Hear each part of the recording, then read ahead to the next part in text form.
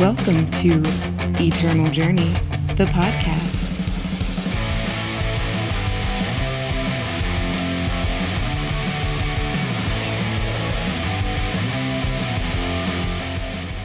What is up, everyone? Welcome back for another episode of Eternal Journey, the podcast that talks about all things eternal with a focus on limited play. I'm your host, Jedi, aka Caesar the Crowd Pleaser. And this week for episode 29, we're going to be bringing you the Dark Frontier Sunset Show. That's right. We recently had updates, and I guess not so recently now, but I preferred to get the new content to you out to you as far as regarding the set 6.5. So now we have a moment to take a break and go ahead and say goodbye to set 6.0, or format I should say, because we still are drafting Dark Frontier. But a little bit of housekeeping. First, want to mention the YouTube channel. That is EJthePodcast on YouTube.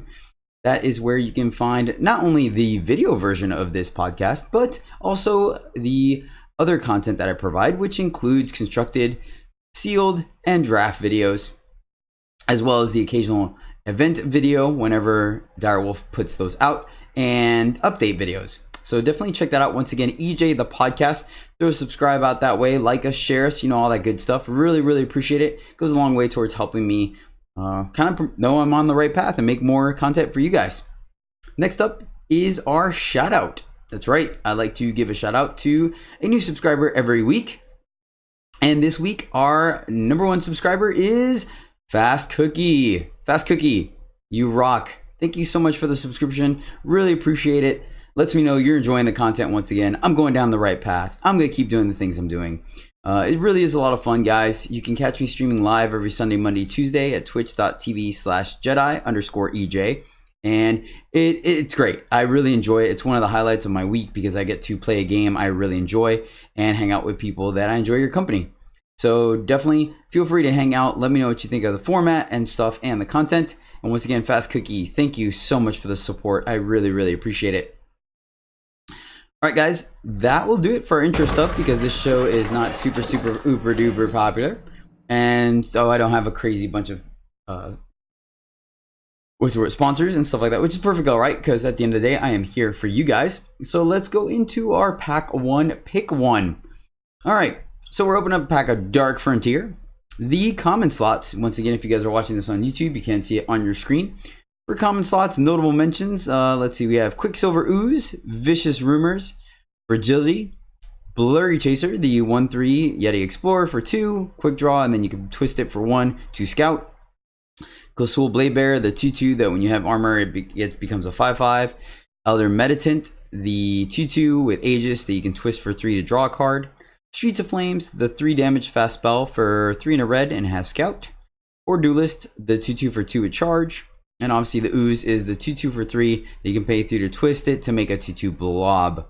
So right now, commons, I can see an argument for Quicksilver Ooze, but I think Blurry Chaser and Streets of Flames are hands down the strongest ones. Not only are they in the very deep color, but they're good at all phases of the game, which can somewhat be said for Ooze as well, but I don't know. You can get 2 bodies minimum. If you play Horn, you can get 3 bodies out of it, but Streets of Flame is just great removal, helps clean up your draws, and then Blurry Chaser is good early to make sure you hit your power, and good late to make sure you get rid of your extra power. So yeah, they're just great cards.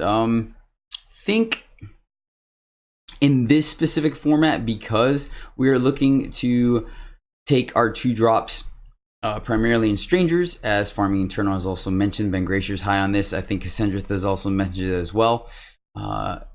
You probably would lean a little more towards the removal in the form of Streets of Flames, especially since it's also a little bit easier to splash. Splashing a 2-drop is a little bit tougher because you really want it in the early game versus Streets of Flames is good. So I think here I would take Streets of Flame right now as my front runner. Going to the uncommons, we have Slag. Yeah, that's not a thing. Withering Touch, I guess it would be one of your last playables. It is the fast spell for 4 and a shadow. Swap the health of an enemy unit with the health of one of your units. So essentially you twist one of your guys down to 1 health and then you attack, or you do something and you use this to weaken their guy and strengthen your guy to start twisting again. Not really on it. And then Sinsari Dervish, which is the 3/2 charge for 3 and a red. Pay 2 to twist Ansari Dervish to exhaust an enemy unit. This card is great, but I don't think it beats out Streets of Flames. It probably beats out Blurry Chaser, maybe just because it can help you win the game out of nowhere. But let's look at our rare. We have Aurelian Infestation. This is a slow spell for 1 at a time, and you can play 1/1 Scorpion with Deadly, or play 2 shifted 1/1 Scorpions with Deadly. And I'll be honest with you guys, I don't think you're wrong for taking any of the commons or uncommons we talked about, but I think I would actually pick up Aurelian Infestation here because on turn 1, this card is so good. Like, you're getting, automatically you're up a card because you're getting 2 deadly units for the price of 1 card. The fact that it's 1 makes it to where you can play it just about anywhere in the game, up your curve whenever you have 1 spare power left. You know, you can get him for 2 damage if you need to later on because of the emerge effect of the shifted. And then worst case scenario, bottom line, you just play it for a 1/1 Scorpion for once. You're not really losing anything because that's what you get for a Scorpion anyways. So I think the flexibility and the potential card advantage of Aurelian Infestation puts it as the front runner for me, and it only requiring 1 time influence means it's easily splashable. So yeah, I like Infestation. Once again, like I said, the fact that it makes 2 Scorpions kind of negates the whole, like, you play 1 Scorpion, they ping it, and that's the end of it. Versus here, they have to essentially be willing to take out 2 things. So yeah, I would take Aurelian Infestation. All right, guys, that is our pack 1 pick 1. I know we're getting kind of quick on these, but I feel like we've been drafting these cards for a long time now, that you can go back to, you know, previous shows and stuff like that and kind of catch up if you're new to the show or whatnot. But yeah, I mean, obviously, as we start a new format, I go more in depth into each and every card. But as the format develops, these picks are starting to get a little easier. It's more about what lane you're in versus what cards to pick, if you know what I mean. All right, guys, that's going to do it for this one. So let's dive right into the Sunset Show. So our first question is, if you could summarize the set in 1 sentence, what would it be? For me, it was Justice does it all. Yeah, that's right. I like Justice in this format. I feel like it really did do it all. Like, it had an aggressive side, it had a mid-range or mid-game side or mid-range, it had removal, it had synergies, like card advantage. It just did it all, and I really liked it. I had no problem playing it. I felt like a lot of the cards that you take in it are single Justice, so it's easily splashable, or just easy to kind of like get your power base for it. It has solid cards all the way up the curve. And like the flexibility of a lot of the cards in that faction kind of made me feel like it was just a thing.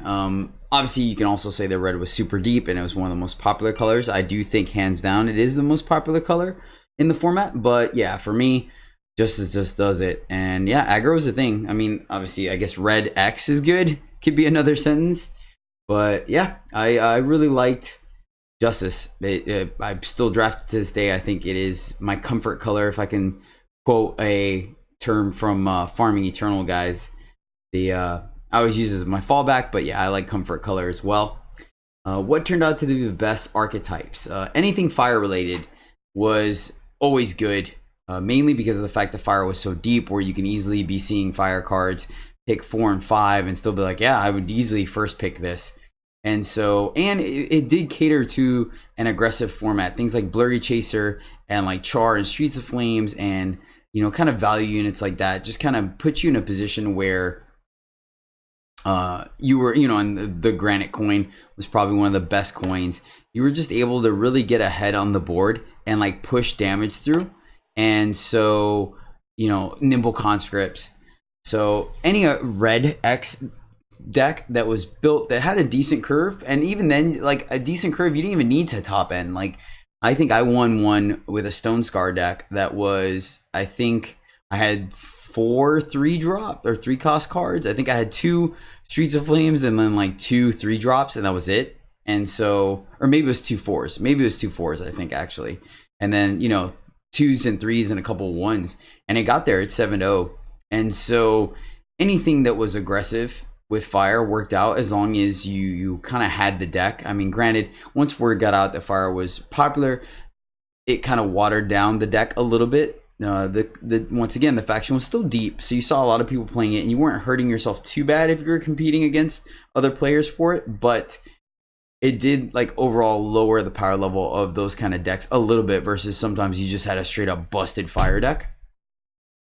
Combray started to pick up popularity as well towards the end of the format. People just seeing the value of Horn of Plenty with so many twist units, and then obviously Corrupted Behemoth just being awesome in all kinds of shapes, forms, and sizes led to that. And then the twist mechanics and large health units of that and Justice kind of synergized well. You know, you had things like Vorlunk and Behemoth to gum up the ground, while you had Test Pilot and Aviator and Accuser in the air to get over and get in damage. So both those archetypes ended up being a thing.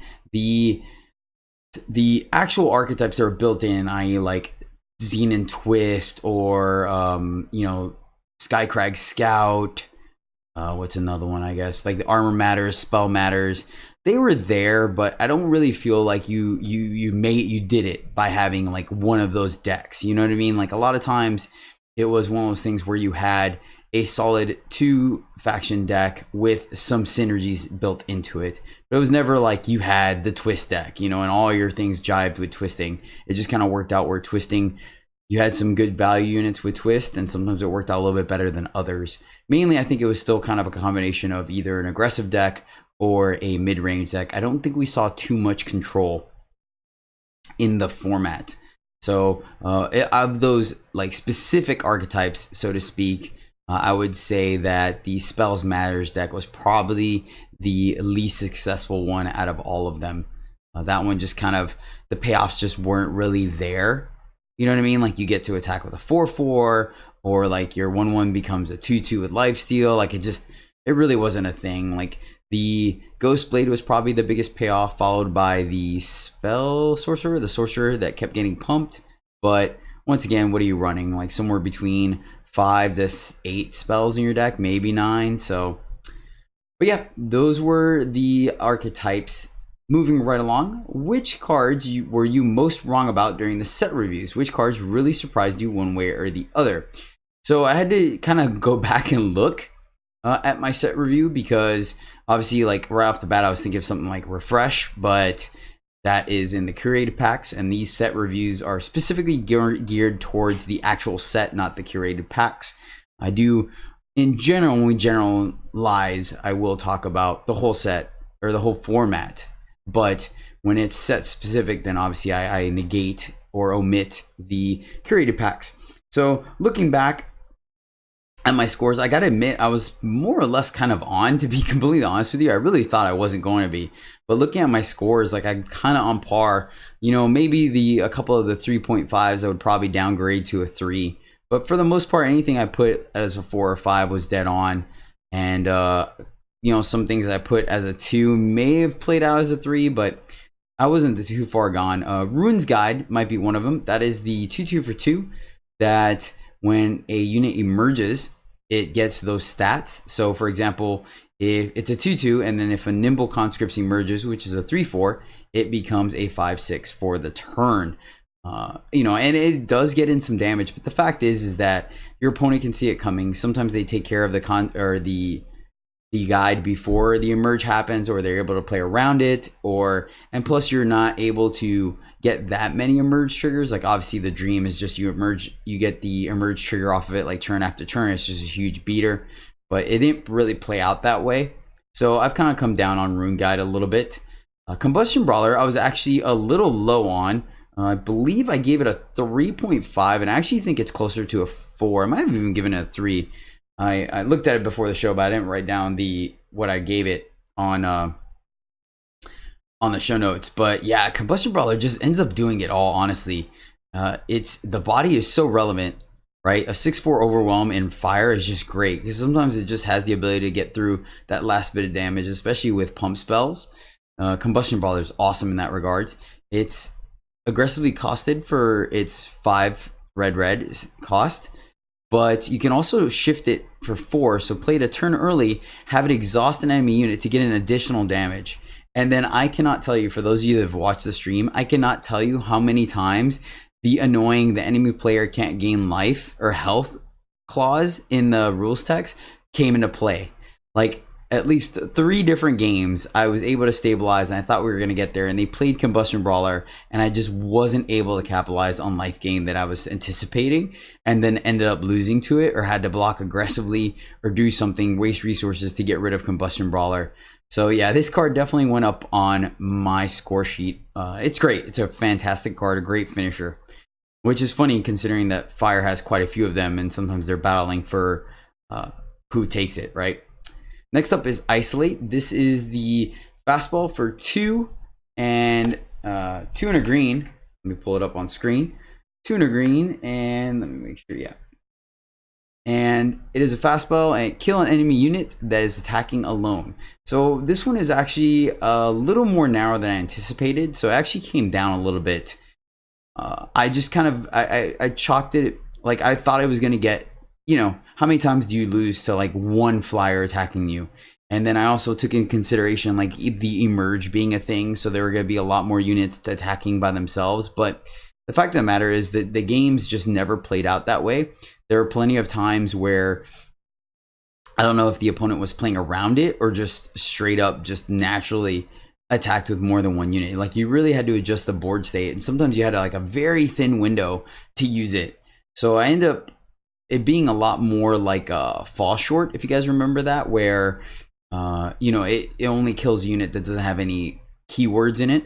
And so you kind of use it as soon as you can because you don't know when you're going to get another opportunity. Isolate kind of feels that way to me. And so it's come down a little bit where it's not as versatile as I thought it was. In my head, I was like, oh, you'll take out a huge emerge unit, or you'll take out the one flyer that's killing you. And every once in a while it played out that way, but just not as often as I would liked it or felt comfortable about it. So Isolate has come down. Peak Top Trekker in the Scout deck is a bomb. Like that card is just awesome. You are cheating, or you're getting a, you know, slightly overcosted unit, right? Because you're getting a 2/2 overwhelm for 3 blue, which is a little expensive, especially with double blue on turn 3. But the fact that it gets a +2/+2 every time you scout permanently means this card just runs away the game. Like your opponent has a fine window to answer it, and then the game is just over because, you know, Skycrag has things like Pummel and Streets of Flames that allows you to scout at fast speed. And so it's 2 combat tricks in one, where you're pumping it in 2 different ways. You're cleaning up your draws. It's a lot of synergy. Like this card can get out of hand really quickly. And the fact that it has Overwhelm means it can't even be chump blocked. And so that makes it quite powerful. And I think in this format, there were plenty of times when you were able to pull off the fire splashing primal deck, scout deck. Like this card did some serious curve out action and rewarded you quite a bit for being the scout deck. And just, you know, Fire once again had some really good scout cards. Primal has some incidental scout that played out really well. So yeah, that is Peak Top Trekker. That one actually came up higher. And finally, on the what I was off on was Cloud Snake Matriarch. Cloud Snake Matriarch is the 5/4 flyer for 6. Let me pull it up on the screen. 5/4 flyer for 6 blue. It has warp, it has flying, and then when you warp a card, including Cloud Snake Matriarch, draw a card. Don't get me wrong, this card is good. It's very replaceable. It's a replaceable 6-drop, believe it or not. Like you would think a 5/4 flyer for 6 is good, but a lot of times 4 health is actually a bit of a liability in this format. There was quite a few ways to take it out, and it being 6 means there were less frequent times where you could warp it off the top of your deck to draw the card. Many times you just had to end up drawing it because of the fact that you're at 4 or 5 power and you saw the Matriarch.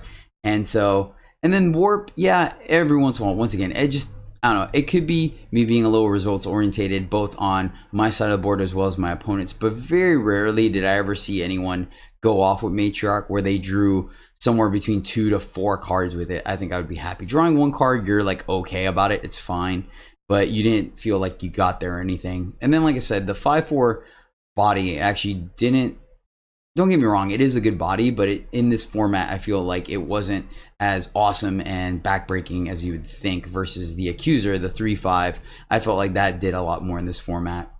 But yeah, don't get me wrong, it wasn't huge. You know, I didn't think this was a bomb and then it completely sucks, but I think I had it at 3.5, and it's actually closer to a 3. I think it's very interchangeable with your deck. Moving right along, we have Cabal, or most overrated card. And this one, like, it was a little tough because honestly, I was a little conservative in my set review. I've come to realize that I am a very, I'm a realist, and so I stay as far away from best case scenario mentality as possible. And sometimes it costs me because I don't really take the high risk, high reward plays. But Cabal Repeater ended up not being as high of a card as I thought it was. Don't get me wrong, I still think it's good, but I feel like when you are behind, it doesn't do all that much for you, almost borderline nothing. Actually, yeah, it really does do nothing. I guess it's an okay blocker. And then at some board states, some parity or stalled board states, it doesn't really do that great of a job breaking it. It does. The fact that you can just twist it to, it is a 3/2 gunslinger for 2 and a shadow, and you can pay 3 to twist Cabal Repeater to give your other units +1 attack and deadly this turn. So obviously, in a perfect world, you'll like twist it and then attack with all your small units, and they're all, you know, higher attack. So sometimes your opponent's going to take more damage than they anticipated, or they're going to make unfavorable blocks and lose a good chunk of their board. So this card is really good when you're curving out, and when you are ahead, it just completely decimates your opponent and seals the deal. But that being said, sometimes it just doesn't quite get there as well, and it's just a 3/2 for 2. So it's not insanely overrated, but it's not as good as I thought it was.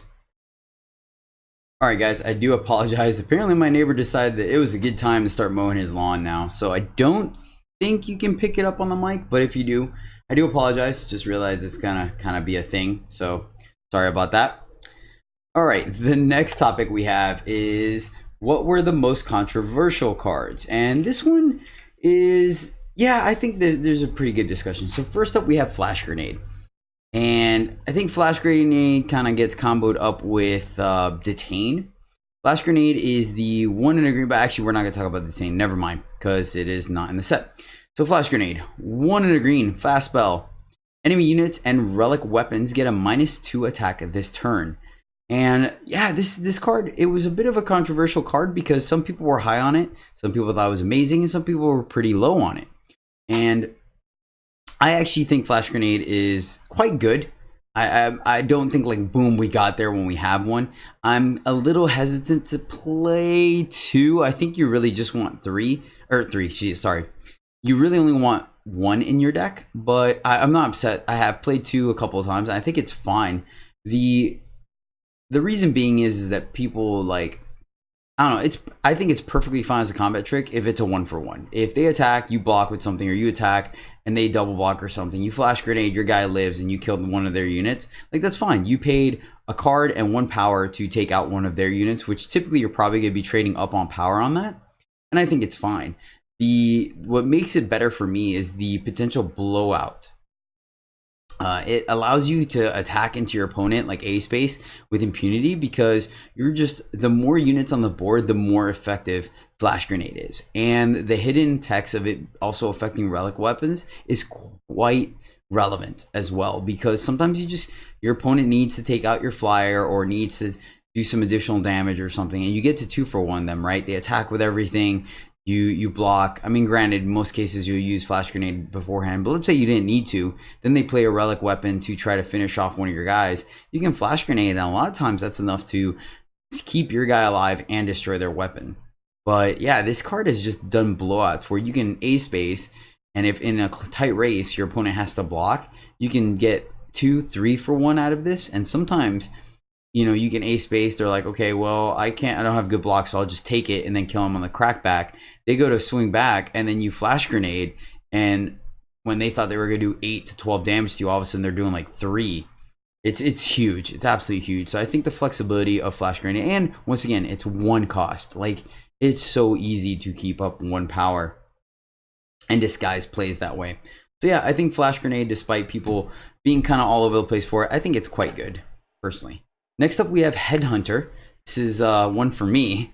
This one, a lot of people well, I don't think a lot of people have a discussion, but I've had some people be like, why are you playing it? This card is bad, etc., etc. I actually like Headhunter. Reason being is, in most cases, especially if you're running, Combre like we talked about earlier, and you get a Horn out, the fact that you're able to wanted poster at least one time and keep the unit, or wanted poster twice, kind of allows the card to pay for itself. So on the surface, it is a 2-1 for 1, and that's it, right?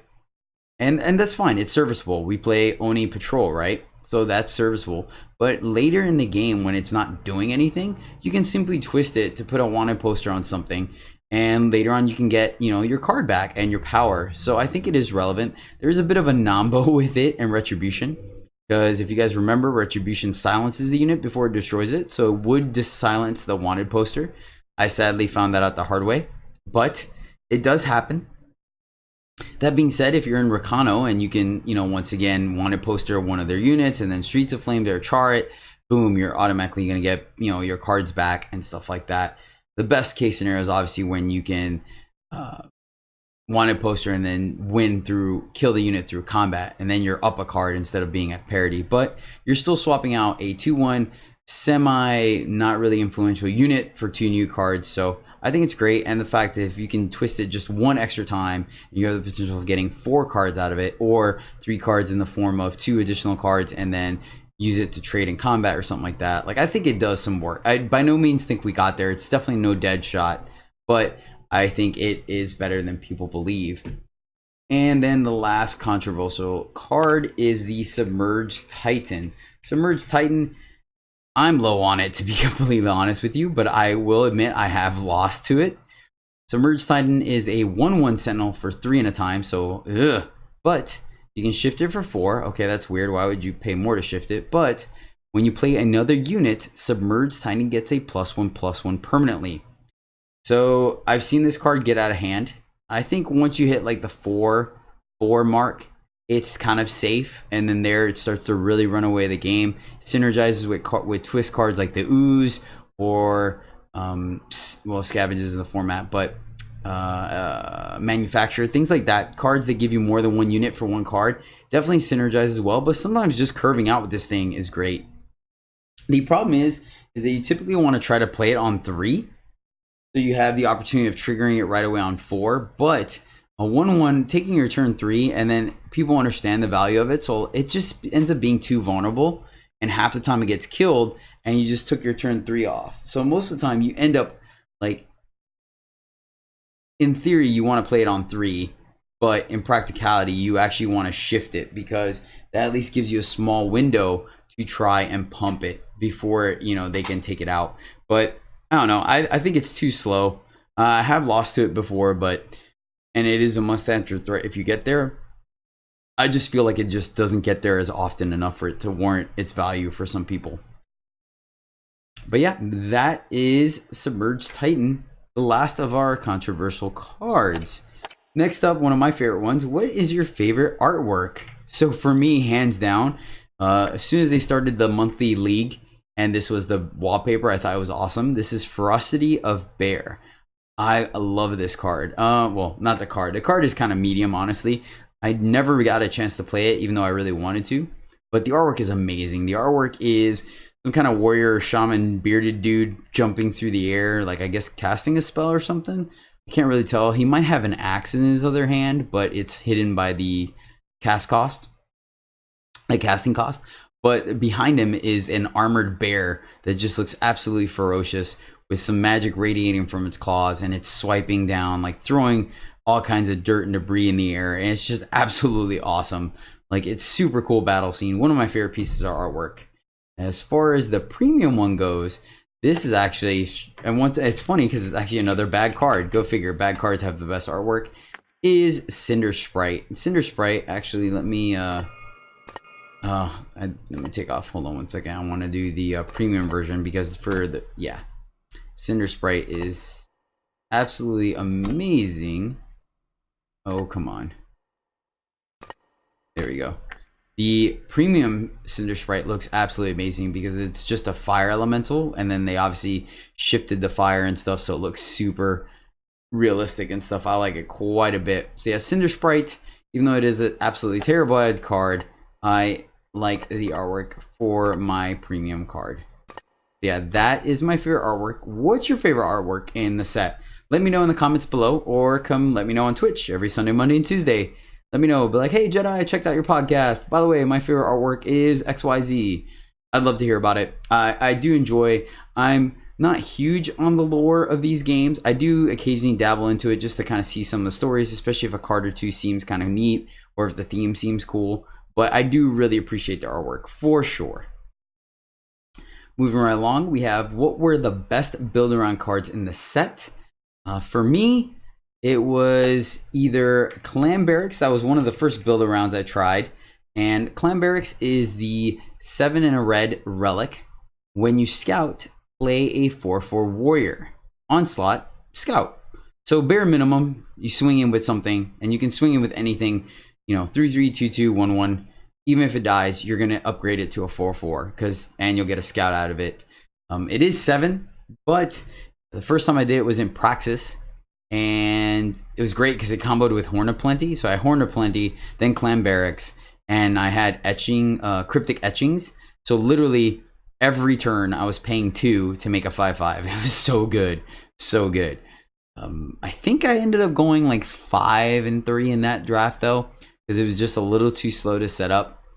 But yeah, I've seen some people kind of go the distance. I believe Man and Mouse made a double or triple Clan Barracks deck and did 7 wins with it because they submitted it to Farming Eternal, and Ben Gracier mentioned it as well. So definitely, I think that spreadsheet might be down. I'm not sure now because we are in a new format. But if not, you could definitely check out the deck.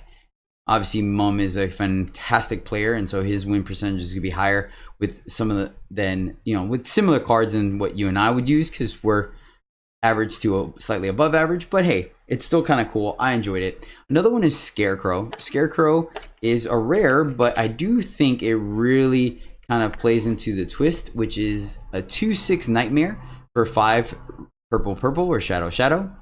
At the at the start of your turn, switch the attack and health of a unit of your choice. So at the very minimum, you can do it self. So it goes from 2/6 to a 6/2. Or you can do, of note, it says a unit. So it doesn't have to be yours. It could be your opponent's as well. If there's, let's say, for example, an annoying, a 5/2, you can swap it to 2/5 if you want. That being said, if they have like a 0/6 wall, you can shift that, etc., etc.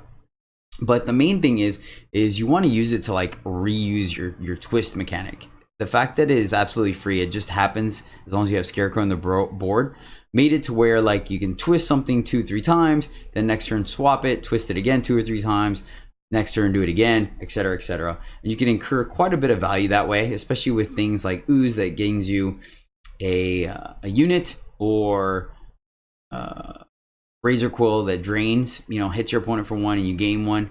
So those were the 2 build-arounds I thought were the most fun. There are a couple others, but those were pretty much the other 2 that I really played. I think some of the other ones were kind of medium. None of them, I'm drawing a blank right now on those, but yeah, overall, those were my 2 favorite. I never really got there with Scarecrow. I drafted it twice and never really had a, oh man, this is awesome twist deck, which I mentioned earlier. The keyword synergies or mechanics in the set, those decks kind of never really happened. It was just kind of like a sub theme.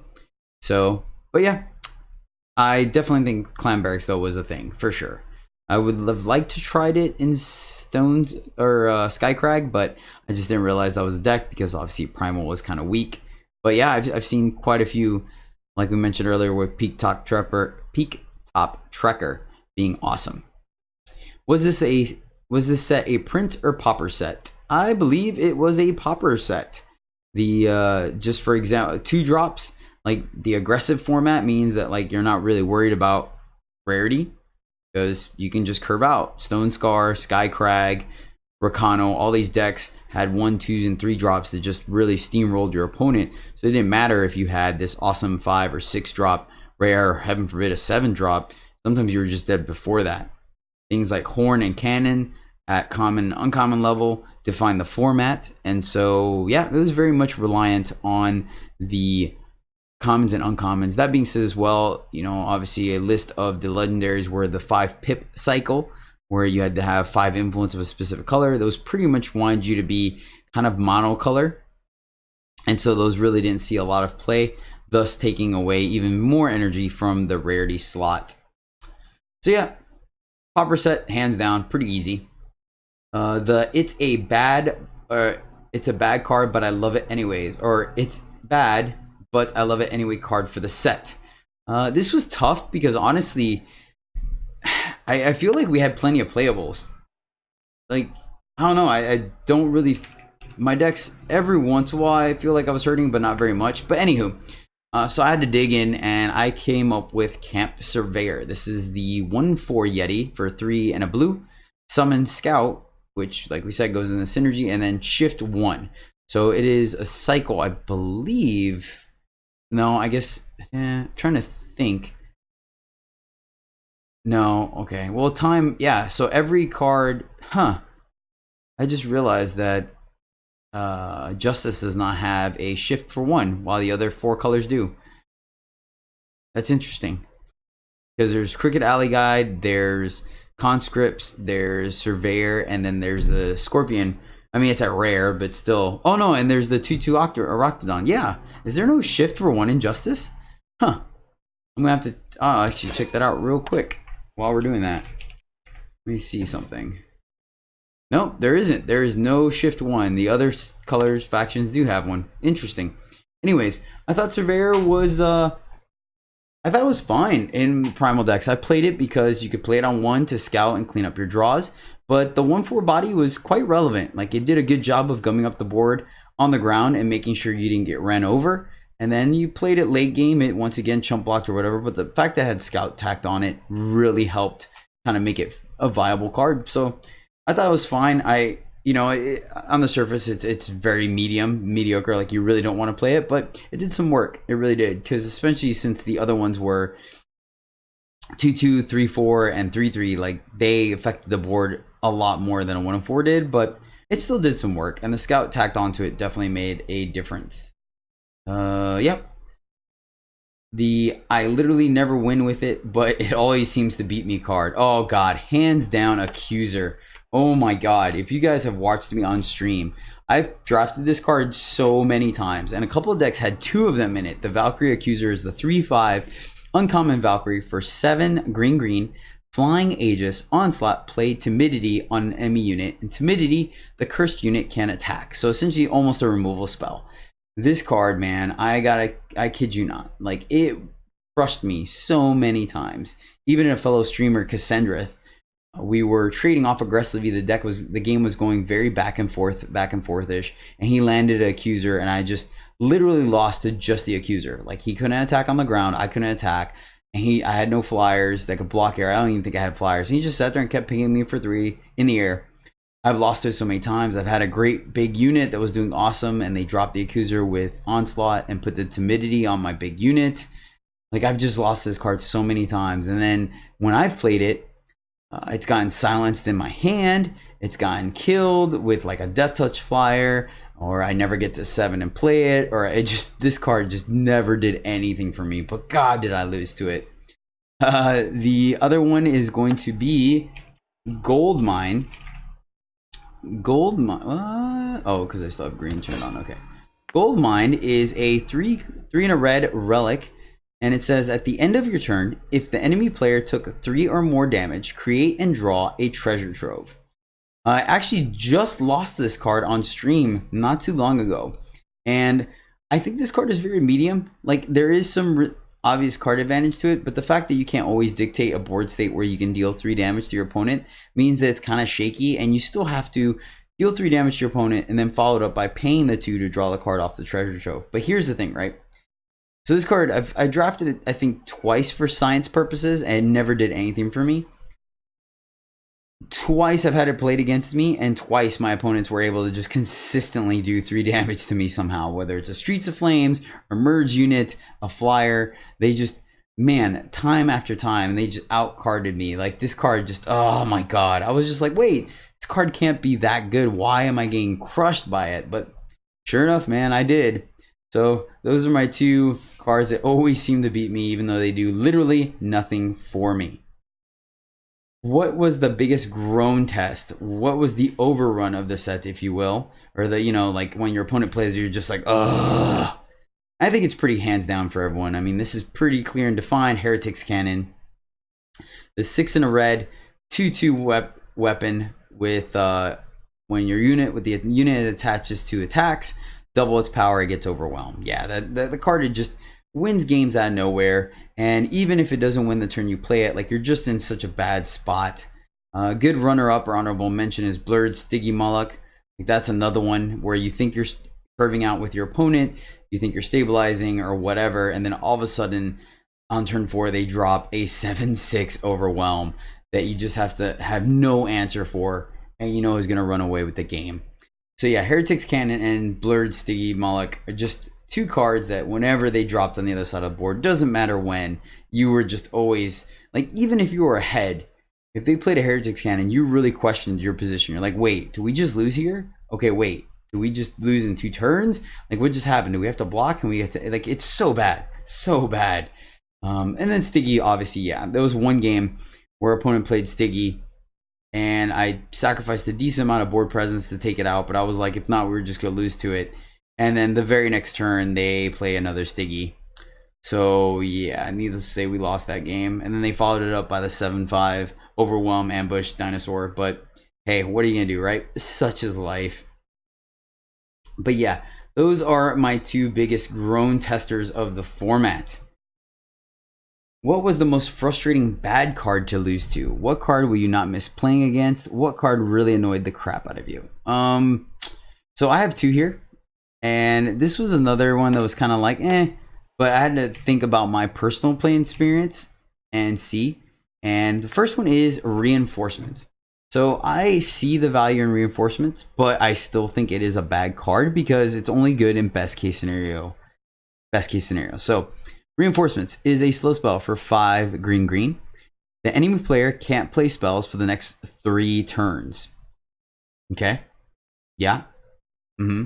It's semi-relevant, but not worth 5 power. I mean, that's essentially one of your whole turns.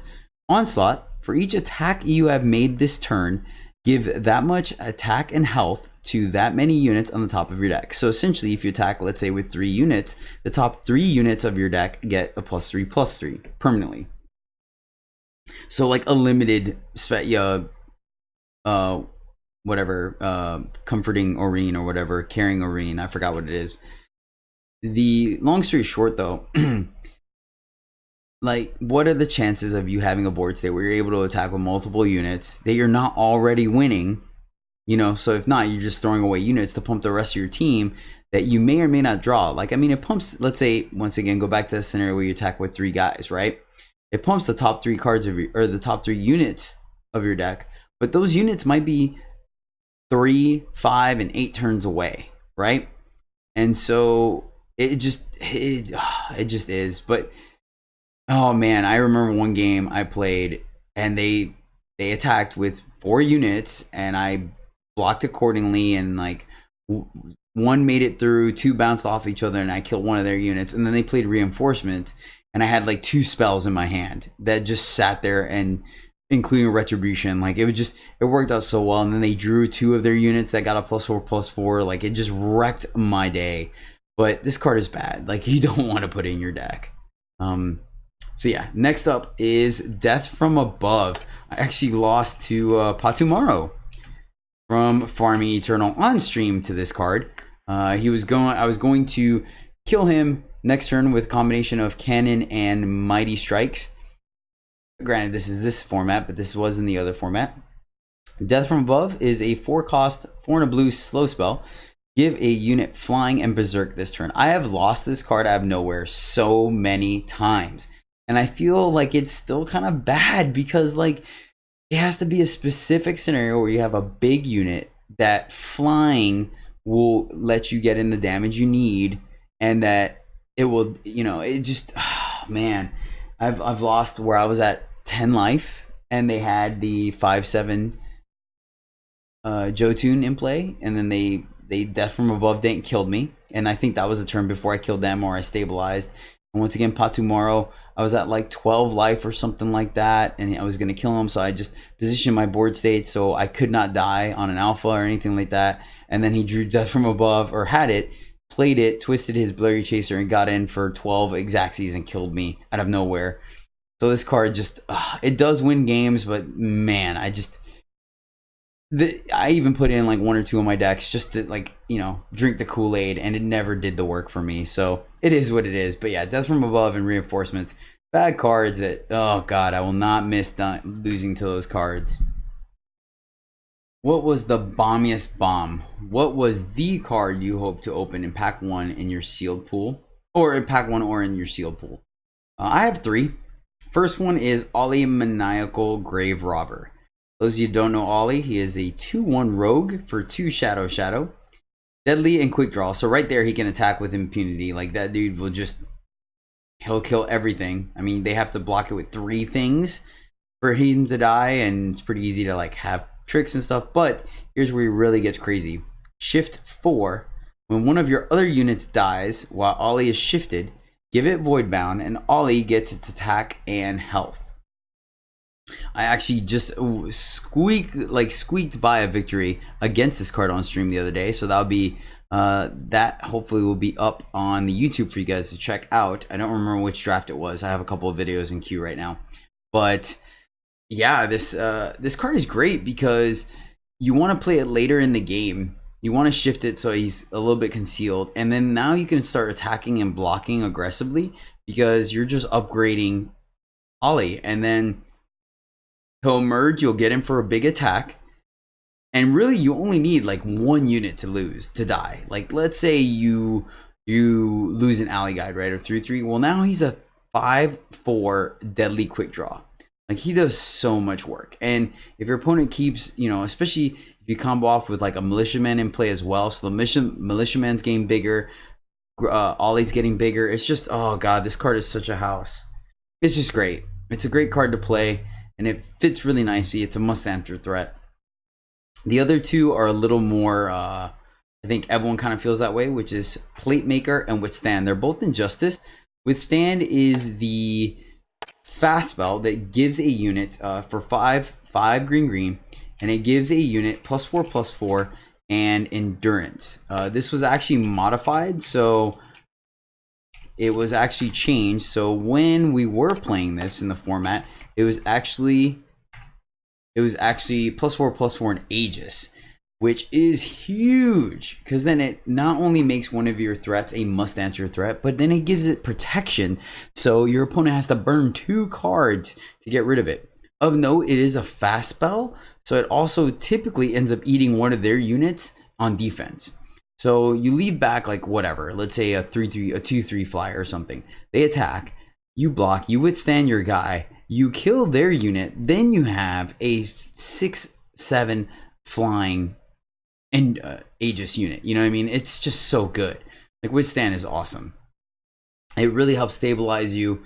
It helps you win games. It's awesome. I like it. And then Playmaker does a very similar role to that, just in the form of also giving you a body, which makes it a little more vulnerable, but not horribly.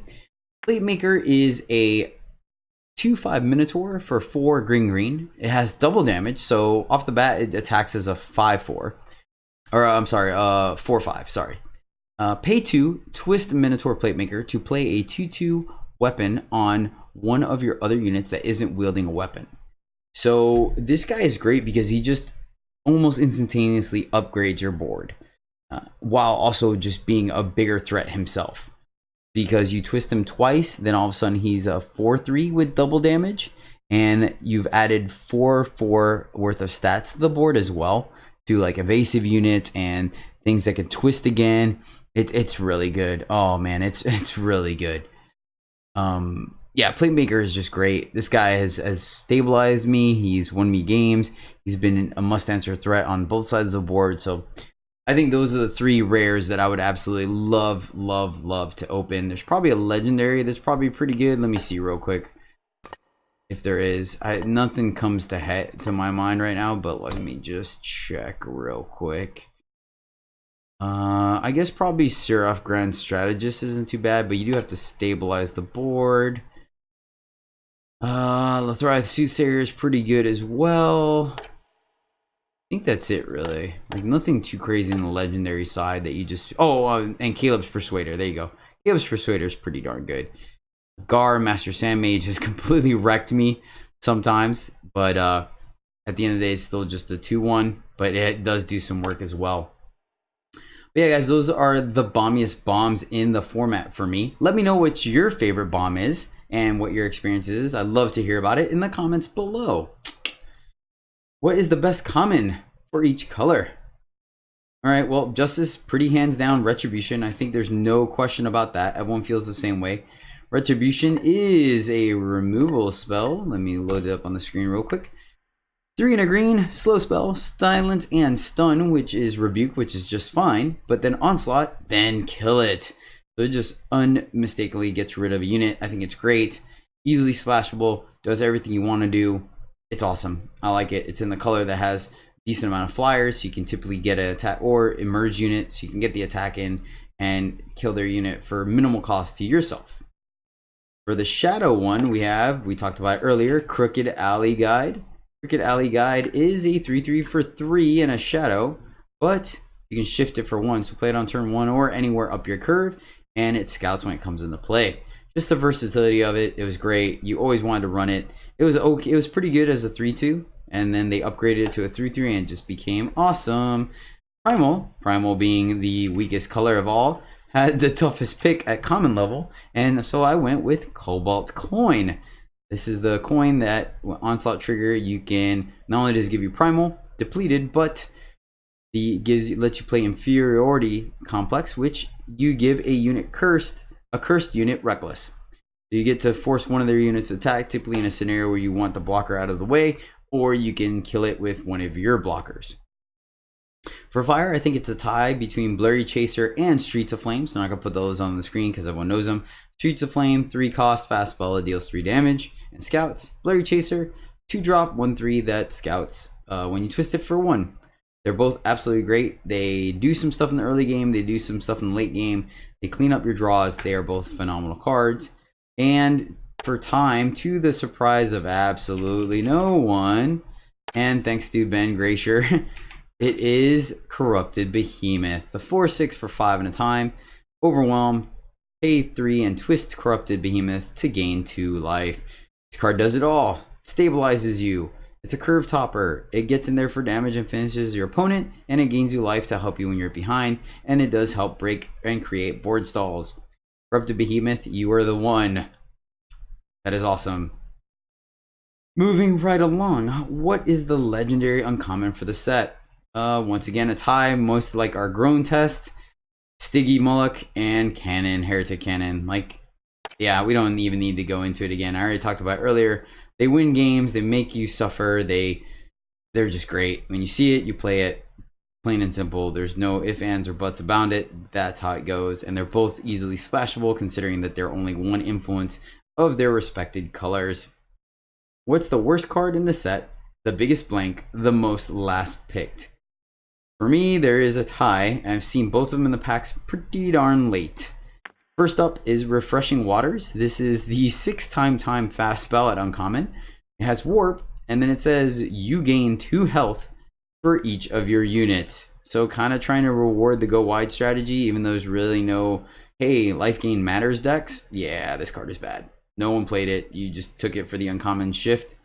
Next up, and some of you might not even recognize this card, is Vizier's Tablet. I know I always had to read it. Vizier's Tablet is the 2 and a shadow relic. Pay 3 to discard the top card of your enemy deck, So you mill them for 1 by paying 3, and if it was a unit, you gain 1 life. Yeah, I've never seen this card played, like, ever. Nor have I. Even if you're on the mill strategy, like, it just, yeah, there's way better things to do. There's a reason why they didn't put that whole, like, you only do it once per turn clause, because this card is terrible bad. Moving right along, which card was the most begrudgingly playable? So I picked 2 because I'll be honest with you, I've never played this first one, but I have seen other people play it, so I thought it was worth mentioning. Of Gorgon Cutthroat. This is the 2/2 Gorgon Rouge for 3 and a shadow. It has ambush, so obviously you can play it at fast speed. And when Gorgon Cutthroat blocks, it deals 2 damage to you. So I just never played this card. A 2/2 for 3 that has no upside. You know, even the ambush, I always found playables, especially at the 3 cost slot.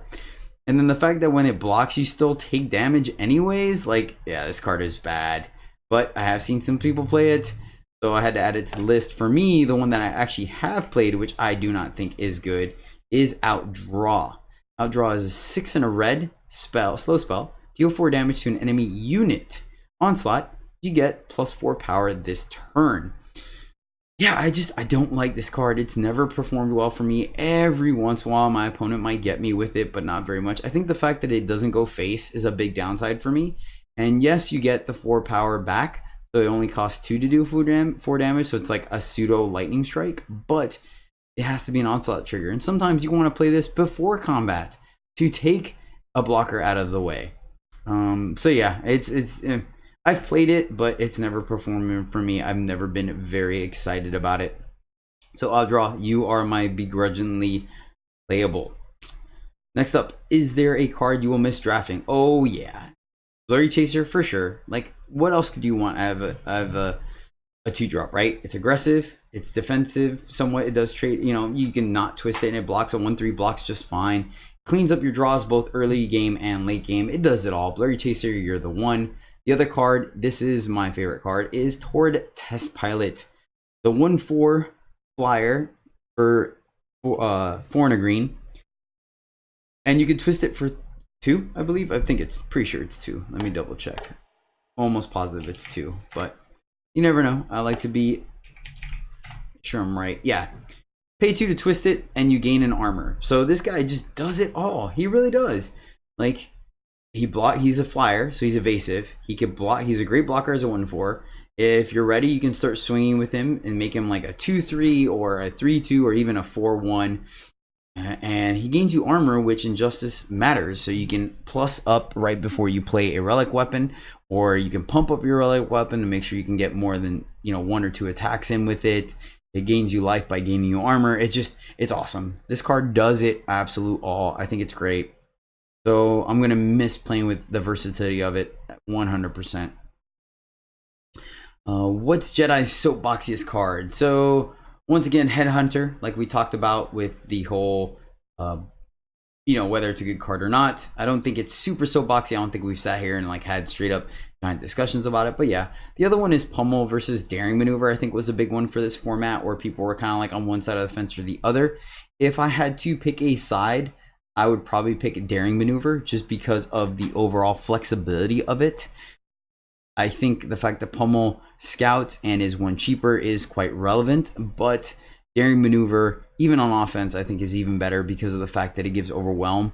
So Pummel typically is just used to keep your unit alive and kill theirs, but you don't kind of get in the damage. So they still somewhat negated an attack, versus Daring Maneuver does give you the potential of getting damage in, and you can play it on defense, which is huge. That's a big downside to Pummel, is that it's only good when you're attacking.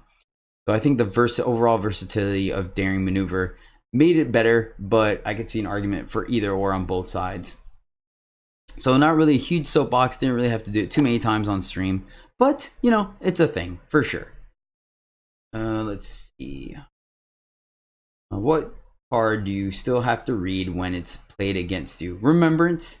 It's a 1 cost slow spell, and play a unit from your void with cost 3 or less shifted. Yeah, it's just so rare when it comes up, and then when it does, I'm always like, wait, what does it do? And so I always have to read that one. Nothing too exciting there.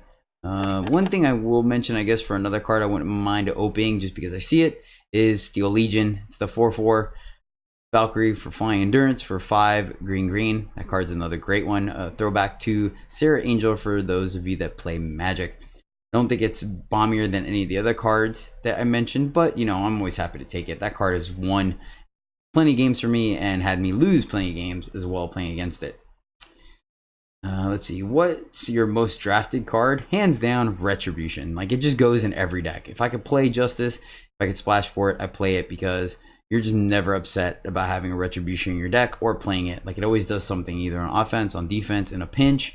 Very rarely does it not do something. I think in the 50 to 80 plus times I've drafted and played with it, I think maybe less than 3 times that I had it, and just, I think it was probably one of those things where I needed it to kill the unit and I didn't have a unit to attack with. So I just had the stun and silence. But even in those cases, it bought me the time to maybe stabilize after that. So Retribution is just great. I drafted very aggressively. I'm happy first picking it, happy picking it anywhere else along the draft order. From a design development aspect, how did this set fare? How were the mechanics? What were some of the wins, the losses? I think the set was a lot of fun. I think it was received very well by the community. I, for one, enjoyed it quite a bit. It was fun to figure out, and kind of also had, enough build rounds where we were able to explore stuff if you ever got bored. It was really neat. I think the mechanics synergized really well with the theme. I think that it did lead to some very great decision points with twist and warp, which we'll talk about in a moment. The Armors Matters theme was probably one of the least viable ones. It just never felt like going Argenport Armor Matters really paid off that much. Like, sometimes it did, but it just never stuck because it was hard to keep armor up if you weren't just completely dominating the game. But it was still fun to play. I don't, once again, think the Spell Matters was a 100% archetype in this format.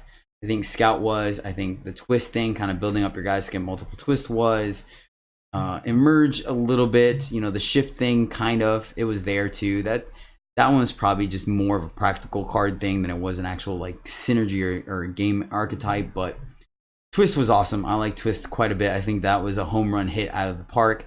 And for the most part, like, the fact that it made aggressive decks a thing, which typically isn't in draft formats or in limited play, is great. That's a great testament to their design and stuff like that. So I like the format a lot. I think it was great. Like I said, the only losses were that you didn't really have like the straight up synergy decks. Like, for example, probably I would say the most popular one, or it was probably like the Scout deck, but like, that's not really an archetype. Like, you just have value cards and you're scouting. You know what I mean? So, because, like, for example, let's say you take 3 clan barracks, right? And so you're the Scout deck. Well, you're still going to scout all the way up your curve to clean up your draws, but you're not getting any value off of your clan barracks. So there is that argument. Obviously, if you peak top Trekker, turn 3, and then you start scouting, there's your payoff. But, stuff like that. What did this format teach you? How did this format make you better at limited? What are the takeaways? One of the takeaways is the synergies aren't always the most important, like we just talked about. That, yes, there are synergies there, but you don't have to aggressively pick certain things because they synergize together. A lot of times just having a good all-around deck that has some synergies in it will be enough to get you there. Warp and Twist are super interesting mechanics. I think they lead to a lot of various decision trees because of the fact that they modify your curve. Do I play this full cost unit? Do I play this lesser cost unit to be able to twist? Do I twist all the way? Do I only twist once? Warp is the same thing. Do I want to warp this unit off the top of my deck or play the spell, even though it's not the most optimal position? I think this leads to some extremely interesting gameplay and decision trees. And so, yeah, that was great. One of my favorite things of the format that I'm still playing with, and we do a ton of what's the plays because of it.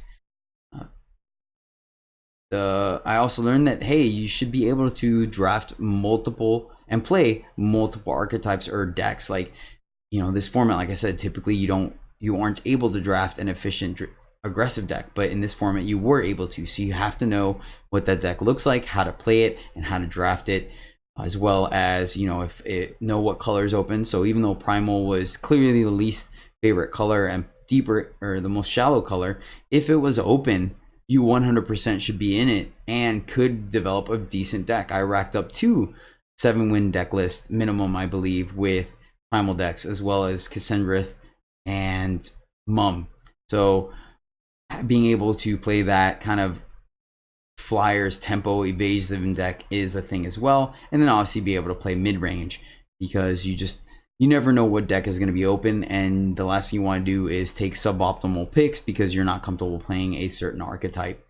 So that's one of the biggest things I took away from it, is just being as versatile in your playstyle as you're drafting and like all that. Just stay open until you identify what lane you're in, and you will get rewarded for being in the lane you're supposed to versus trying to force something.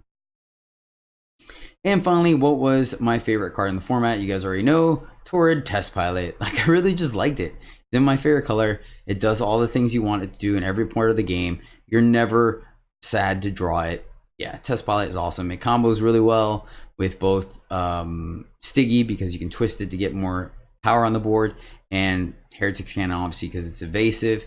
So yeah, Torrid Test Pilot, you're the one, you rock. And that's it. That'll do it, guys. That is the Sunset Show for Dark Frontier. I hope you guys enjoyed it. Let me know what you think of the set. Let me know in the comments below, or once again, come hang out on Twitch. We could talk there about it. Always love hearing from people. I liked it. I liked it a lot. I think the hype was real. I think Direwolf did a really good job with this set. I enjoyed it, and I'm also enjoying drafting set 6.5, which we'll talk about in a little bit. Actually, I guess since I already mentioned it, yeah. So next week, guys, tune in. Next week, we're going to do a deep dive into both warp and twist. When to do it, when you shouldn't do it, how to play around it, etc. like that. Or not necessarily play around it, but yeah, I think there's enough of decision trees on it that it's worth an episode. And so we're going to talk about it, specifically the set 6.5. I'm really enjoying the format. I also think it's kind of funny because I think we are starting to see Farming Eternal's popularity be able to influence the metagame, as well as Mum and Cassandrith, and possibly Kalovich. I apologize, I don't really get to watch his stream, so I don't know what content he's putting out, even though I do think he is a great drafter. I have some of his drafts, but I think we're losing the flexibility of 5 colors now. I'll go in more depth into it in the next show, but because they're like, hey, 5 colors is great, this is how you draft it. And so now a lot more people are drafting 5 colors, so I think it's a lot harder to go 5 colors, or you're watering down your decks. But like I said, we'll save that for next week's show. Definitely tune in where we do our warp and twist deep dive. All right, let's go into our what's the play. So let's break it down for you guys. Our opponent is at 16 life with a gold mine in play or on them, which is the relic that when you do 3 damage to your opponent, or they take 3 damage this turn, you generate a treasure trove, which lets you pay 2 and draw a card. They have a 2/2 flying locust in play. They have a 2/1 trailmaker, a 2/2 seasoned herbalist. They have a 1 tick left shifted Arachnodon, 2/2 Arachnodon, 2/4 Amanera, 6/6 Tremor Shocker, and then the name escapes me now, but the 3/3 endurance that for 3, and then when you shift it for 5, you make the locust, and it's fully shifted, so 3 ticks, and they are at 8 power. They are fire, time, shadow. And then our side of the board, we have a 2/2 monk, a 2/1 humbug, so we shifted it once, a 3/3 war wagon, the 2/2 armor smith that empower gives you an armor, a 1/1 golem that we got off of a ghost blade onslaught trigger that is now in the void, the 5/5 locust hatcher, so 5/5, and every time you play a spell you get a 2/2 locust, and a 3/3 Svetya's faithful. We're at 8 power as well. We are time, justice, we're Combre, splashing very light splash for primal and shadow. We have a porcelain mask in play, so it gives all our guys overwhelm, and we are at 5 life. Our opponent has 4 cards in hand, and we have 3 cards in hand, to include a Secret Pages, an Aurelian Cargo, and a Begun. So what's the play? So at the moment, we're actually losing. I feel like we're losing. Our opponent seems to have a slightly better board positioning than we do. We've done some serious trading back and forth. They had a Umbran Voidbringer, so we've gone through that twice. They had Dark Return, had some good removal, and so there's been a lot of back and forth, and we are very much on the back foot. So here, what we decide to do is we do have of note, I'm sorry, we have 5 time, 3 justice, 1 primal, and 1 shadow influence. So for those of you, I'll just go ahead and explain it because I think it's kind of hard to picture that in your head. Of course, you can catch this in my last draft video. It is draft video 4, I believe, for Trial of Grodov, and you can check it out there. This one here, this is, so what we end up doing is, I had to confirm with chat to make sure we had more primal in our deck. We go ahead and play Aurelian, or I'm sorry, almost messed it up. So first off, we play Secret Pages. Go find a Primal Sigil. We play the Primal Sigil. That makes a 2/2 Locust. We then begone their Locust to get their flyers off the board. They have no flyers. And use the Begone's ability to get either a Justice or a Shadow to click Shadow. So now we have double Shadow, double Primal, triple Justice. Then we Aurelian Cargo. And that allows us to generate 3 6/6 worth of power in the air off of Locust Hatcher. I mean, that was awesome, right? So that's gonna be the first step. I will pose a question if you guys saw that line or not in your heads. Like I said, I know it was probably a little difficult to see. So we shift the Aurelian Cargo into Aurelian Contraband, which means when we play it, right, we will get to choose one of 3 different spells selected at random. So we're high rolling here. Or hoping to high roll, right? Playing completely at the mercy of RNG of one of each faction. So we get a time, which we got Disjunction, I'm sorry. 2 in a time for fast spell. You can either draw an attachment from your void or kill an enemy attachment. For Primal, we get Thunder Giant, the 6/6 for 8 blue. When Thunder Giant attacks, he deals 3 damage to each enemy unit if you played a spell this turn, which, as we stated, is pretty devastating to opponent should we be able to do that. And we are kind of a Spells Matters deck. I believe we're running somewhere between 7 to 8 cards because of Locust Hatcher and 2 Ghost Blades in our deck. And then for Shadow, we got Scarecrow, which is a 2/6 for 5 Shadow. At the start of your turn, switch the attack and health of a unit of your choice, both ours or theirs, doesn't matter. So what would you guys pick? I think all of them are viable. I will admit that I was leaning a little more towards the Giant, I believe, just because it had the potential of clearing out the board and added to our board. As far as Twist goes, the only thing we would have been able to capitalize would be on the Humbug, drawing the rest of the sigils from our deck, which just up our armor thanks to the Armor Smith, so that does give us some life gain. And then we're able to essentially, maneuver some of their units to make them easier to kill or do less damage. We end up going with just Disjunction, and I will admit, full disclaimer here, we were roping because I was streaming. I took too long to explain the whole play of all the spells that we just did, and so we were short on time, so it gave us this function, and I almost tilted because I initially thought that was the worst card we could have gotten because it doesn't impact the board, and I didn't really care to destroy their gold mine. But I will admit, after about 3 seconds of that, like almost mid-sentence, I realized that we had the Ghost Blade in our void, and it got buffed previously from toward test pilots. And so we can keep twisting. So we ended up, it's pretty funny. If you guys need to see that. I definitely had a pretty overt reaction to getting this function because it took me a second. I hadn't looked at it yet because we were rushing. So our opponent, at the end of our turn, so we passed because I used up all our power, right? And we took Disjunction. They didn't know what we took, and I didn't see it just yet. They start their turn, they play their Treasure Trove, they gain a life. At the end of our turn, they swirl the sands, putting our Humbug on the bottom of our deck. So honestly, taking the Scarecrow would have been a huge mistake on our part because then it would have done absolutely nothing in this board. Our opponent then proceeds to play a 4/6 Excavator and a 2/2, the 2/2 Locust again. They go ahead and attack with the Emerge the Roctodon and take our armor down to 4, or take our 1 armor that we got off of the Armor Smith and hit us for 1, so we go down to 4. We're at 4 life, and we end of turn Disjunction to get back a 4/7 Unseen Ghost Blade. Now here's another decision point. So we're back up to 8 power on the air. We can we draw a horn grinder. So we have the option of either playing the unseen ghost blade, right? Or playing the 3/6 horn grinder with the ability of giving it a +4, +7 the next turn, but we're only able to do one. At this point, we assess the board, and if you guys look, we are in a little bit of trouble because we do have that 3/3 that's going to be emerged, and we are at 4. But I decide that I think it's better, the way we come back from this is to really solidify our board state to make sure that they can't deal extra damage to us.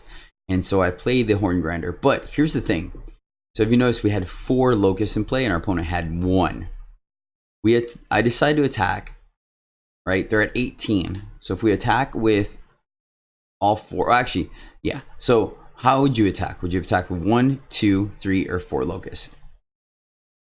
For me, I ended up deciding that I didn't want to throw away this game. We were too close to dying. So I went ahead and attacked only with 2. And here's the thing. Okay, we could have attacked with 3. That would put our opponent at 12. And so attacking with all 8 or all 4 does not change our clock. If we attack with all 4 and they do not block, they go 8, then they go 2, and then they die. If we attack with 3, we go 12, 6, and then they die. So that could be a thing.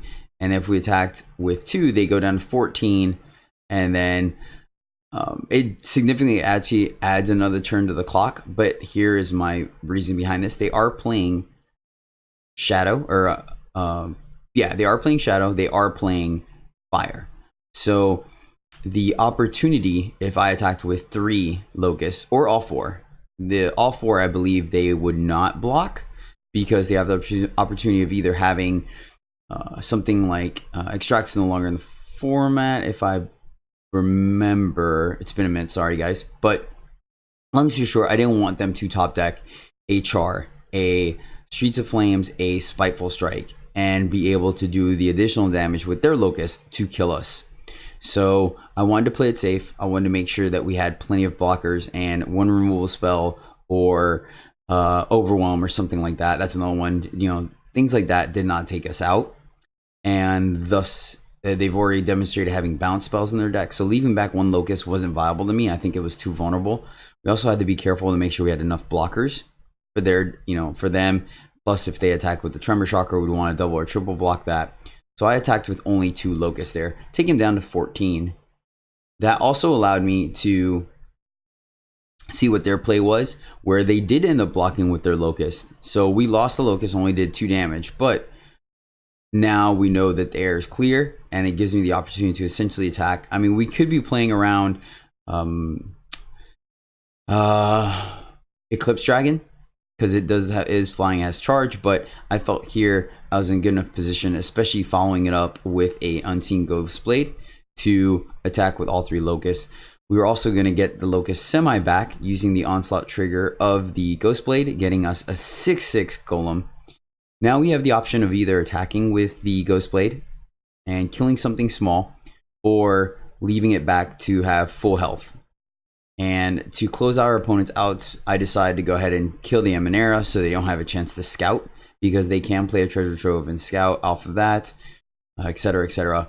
So I go ahead and take out their Emanera, play 1 more power to gain 1 more armor, which is what we drew, and we pass the turn. Our opponent go ahead and concedes.